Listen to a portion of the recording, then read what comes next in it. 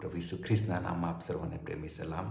માથીની લખેલી સુવાર્તા એનો 15મો અધ્યાય અને 21 કલમમાં આપણે વાંચીએ છીએ કે બિન યહૂદી સ્ત્રી, કનાની સ્ત્રી સંબંધી એક બનાવ લખવામાં આવ્યો છે કે સ્ત્રી પોતાની દીકરીને માટે પ્રભુ ઈસુ ખ્રિસ્તની પાસે વિનંતી લઈને જાય છે કે ઓ દાઉદના દીકરા, ઓ પ્રભુ, મારી દીકરી પર દયા કર, કારણ કે એને દુષ્ટ આત્મા વળગેલો છે. પ્રભુ ઈસુ ખ્રિસ્ત એને કહે છે કે હું ફક્ત ઇઝરાયલને માટે મોકલવામાં આવ્યો છું, ઇઝરાયલના ખોવાયેલા ઘેટાને માટે મોકલવામાં આવ્યો છું.